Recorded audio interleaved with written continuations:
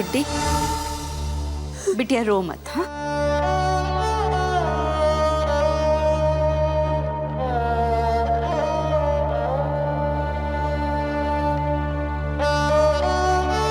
अब देखो बच्ची को रुला दिया इस लड़की ने। गुड्डी, बिटिया, गुड्डी।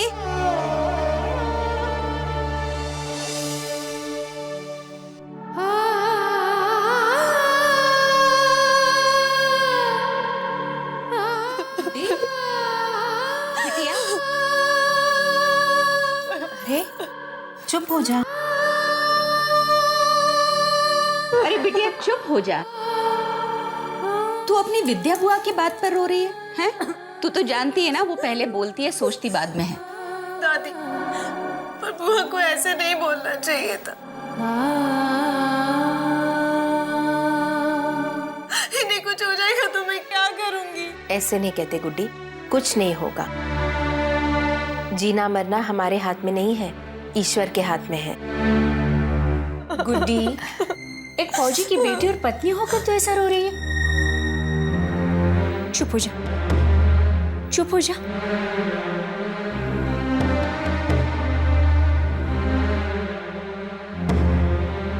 करण, जा बेटा, दामाद जी को बुला कर लेके आ। अब वो ही इसे चुप करा सकते हैं। जी अभी लाता हूँ। पकड़ो पकड़ो पकड़ो पकड़ो पकड़ो पकड़ो पकड़ो पकड़ो पकड़ो पकड़ो पकड़ो पकड़ो। पापा मैं थक गया, अब मैं नहीं खेलूंगा। ओहो, ओके मेरे शेर, यहाँ बैठो। और एक काम करो, अब तुम थक गए तो तुम्हें कुछ तो देना चाहिए। ये चॉकलेट चलेगी? Very good. पापा पापा सब लोग नाना जी को सही क्यों कहते हैं? क्योंकि उन्होंने देश के दुश्मनों से वीरता से लड़ते हुए अपनी जान दे दी, और ऐसे फौजी को शहीद कहते हैं। समझे बेटा? पापा पापा तो मैं भी बड़ा होकर फौजी बनूंगा। Very good. और जो बहादुर होते हैं वही फौज में आते हैं। जीजा जी,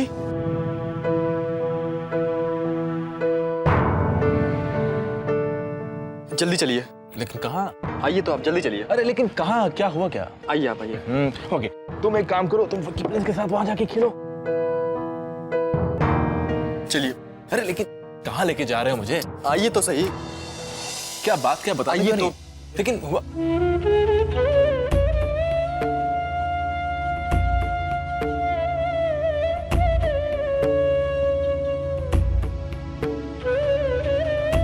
आप ही चुप कराइए। क्या हुआ? लेकिन गुड्डी तुम रो क्यों रही हो? मैं आपको बॉर्डर पर नहीं जाने दूंगी, लड़ाई पर नहीं जाने दूंगी मैं आपको। ये कैसी बात कर रही हो? आखिर बात क्या है? दामाद जी, आप तो इसकी बुआ को जानते हैं, वो बिना सोचे कुछ बोल देती है। बीमा की बात चल रही थी तो उसने कहा कि आपका बीमा करा लेना चाहिए क्योंकि आप फौजी हैं और बॉर्डर पर। जी मैं सब समझ गया। गुड्डी, तुम एक शहीद फौजी की बेटी हो और एक फौजी की पत्नी हो। आखिर किस बात का डर है तुम्हें? हर फौजी अपने देश के लिए जान देने का अपना सौभाग्य समझता है, और हर फौजी की पत्नी मानसिक रूप से तैयार होती है कि वो शहीद की पत्नी बनेगी। शहीद होने वाले फौजी कभी मरते नहीं, वो इतिहास में हमेशा हमेशा के लिए अमर हो जाते, क्योंकि एक फौजी की विधवा की कुर्बानी एक फौजी की कुर्बानी से कहीं बढ़कर होती है। बस अब आगे कुछ मत कहिए। तो ठीक है, रोना बंद करो। फौज, कहाँ रो रही हूँ? यही ना बात, आगे से किसी की बात को सुनकर रोना धोना बिल्कुल मत कीजिएगा। गुड्डी,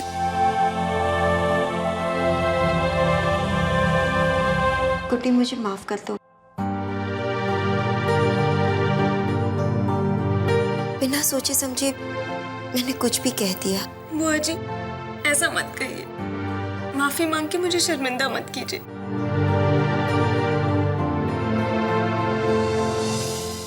जीजा जी, मैं भी सोच रहा हूँ फौज में भर्ती हो जाऊं।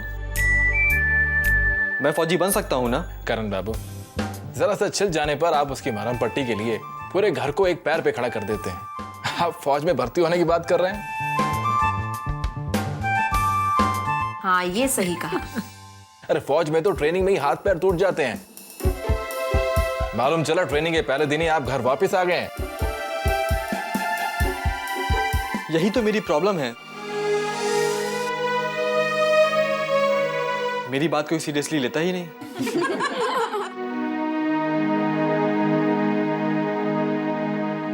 गुड्डी, अब रोना धोना बंद कर। अरे बिटिया, शादी का घर है, इतने काम पड़े हैं। और आज अरे सुनार भी तो आने वाला है। जेवर नहीं पसंद करने? हाँ चलो चलो। अब खुश हो गए?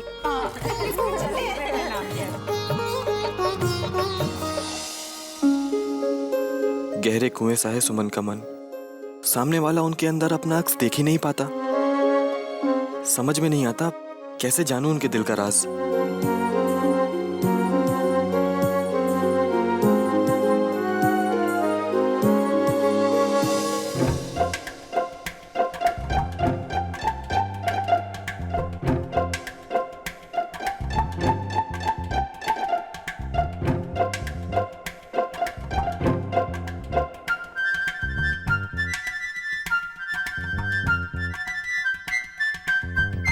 बताओ मैं कौन हूँ? बताओ ना, कौन हूँ मैं? चुड़ैल।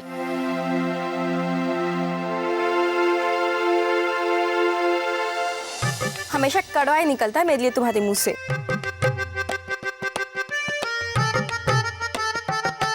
ये लो, कुछ मीठा खाओ। तुम ही खाओ, चैन से कहीं बैठ भी नहीं सकता हूँ। चैन तो तुम्हें मेरे बिना कहीं मिल ही नहीं सकता। इसीलिए तो जब भी तुम्हें अकेला देखती हूँ मैं तुम्हारे पास आ जाती हूँ, क्योंकि मुझे पता चल जाता है कि तुम उदास हो। सचमुच तुम्हें पता चल जाता है? कैसे? जब कोई अपना दुखी होता है या खुश होता है तो अपने आप पता चल जाता है। वैसे भी अपनों के दिल की बात तो बिना बताए ही मालूम पड़ जाती है।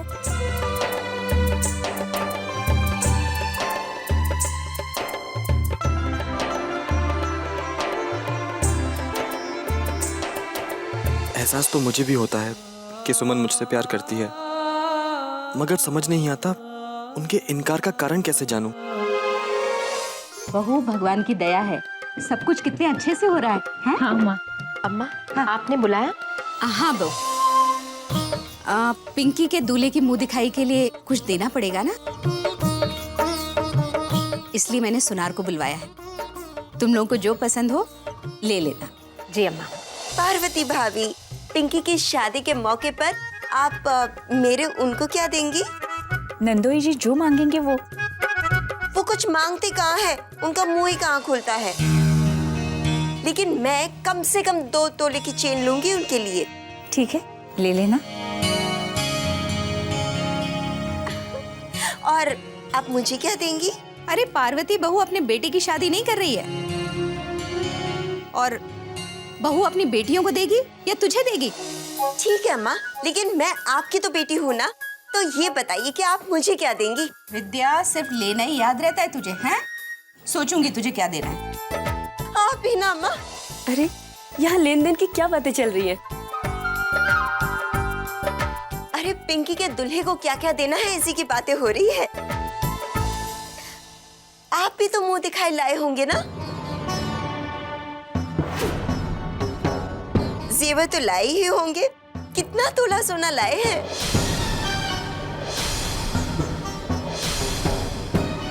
अरे आप तो पिंकी के मामा मामी है, आप ही के दिया हुआ सामान तो पिंकी शादी में पहनेगी।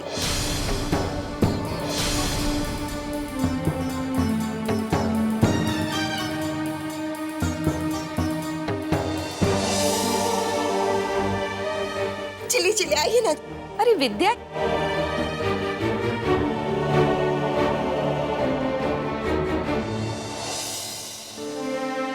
चलिए चलिए देखते हैं, दिखाइए ना क्या क्या शगुन लाए हैं। आप खड़े क्यों हैं, जल्दी दिखाइए ना।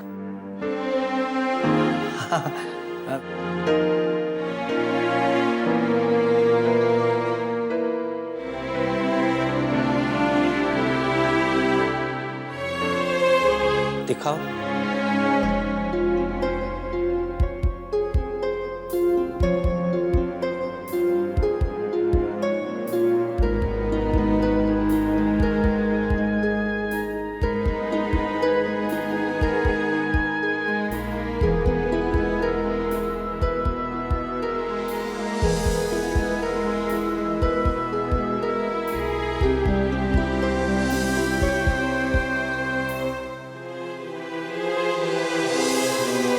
अरे वाह, क्या बात है मामी, आपने तो पिंकी के ससुराल के नौकर नौकरानियों का भी ध्यान रखा है।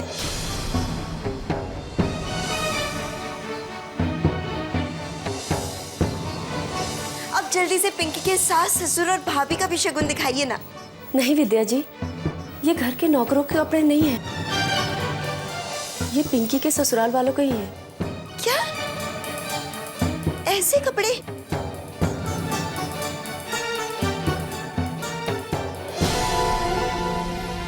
आप हमारे नाक कटवाएंगी क्या? विद्या क्या बोले जा रही है? अरे क्या बोले जा रही हूँ क्या? आप जरा खुद ही देखिए कि क्या क्या शगुन लाए हैं।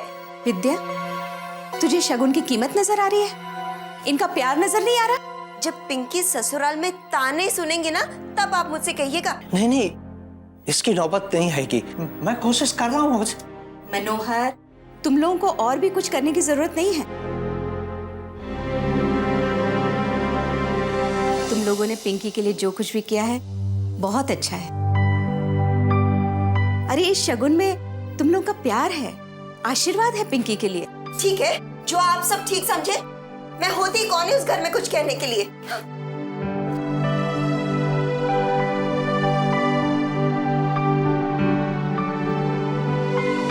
अम्मा, हम नहीं चाहते कि हमारी वजह से पिंकी पर कोई आँच आए।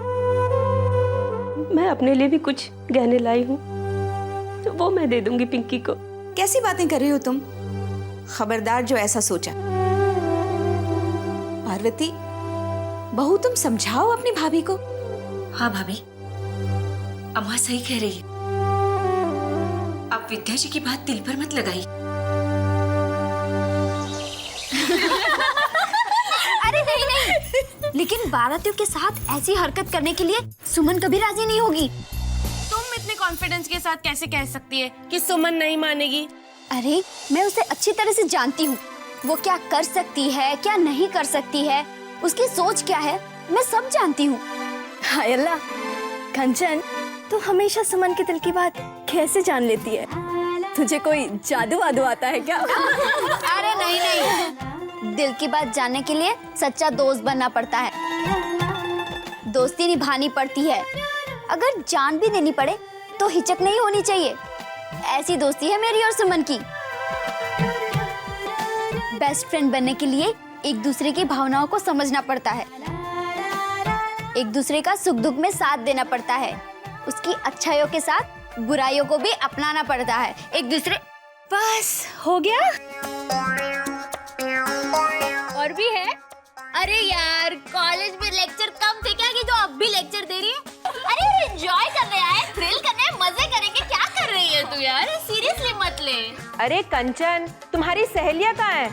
अरे उनसे कह दो कि चूड़ी वाली आई है, चूड़ियां तो पहन ले। अरे यार चलो चलो। अरे तुम लोग चलो, मैं गुड्डी दीदी की मदद करके आती हूँ। हाँ ठीक है, अच्छा चलो यार, हम लोग ही चलेंगे। चलो।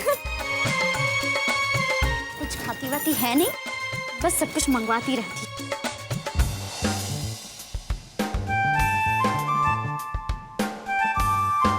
कॉन्ग्रेचुलेशंस कंचन। किस लिए? वो मैं यहाँ से गुजर रहा था तो मैंने तुम्हें कहते हुए सुना कि कैसे तुम और सुमन बेस्ट फ्रेंड हो और एक दूसरे के दिल के राज जानते हो। अरे भैया, वो तो मैं अपनी फ्रेंड्स को इम्प्रेस करने के लिए बोल रही थी। मतलब तुम सुमन के दिल के राज नहीं जानती? अरे जानती हूँ, लेकिन सिर्फ उसकी बेस्ट फ्रेंड होने की वजह से नहीं, उसकी पर्सनल डायरी पढ़ने की वजह से। अपने दिल की सारी बातें वो कब खुश होती है, कब दुखी होती है, उसको क्या अच्छा लगता है, क्या बुरा लगता है, वो सब अपनी पर्सनल डायरी में लिखती है और मैं उसे पढ़ लेती हूँ। ओह, तो तुम उसकी डायरी पढ़ती हो? लेकिन सुमन तुम्हें अपनी डायरी पढ़ने देती है? नहीं भैया, वो मैं चुपके से पढ़ लेती हूँ। हमेशा? नहीं, जब देखती हूँ कि सुमन बहुत परेशान है और मुझसे ठीक से बात नहीं कर रही है, तब उसके दिल की बात जानने के लिए मैं उसकी डायरी पढ़ लेती हूँ। अच्छा, लेकिन कंचन, किसी की पर्सनल डायरी पढ़ना बुरी बात है ना? हाँ भैया, लेकिन आप ये बात सुमन को मत बताना प्लीज। ओके ओके, नहीं बताऊंगा। Thank you.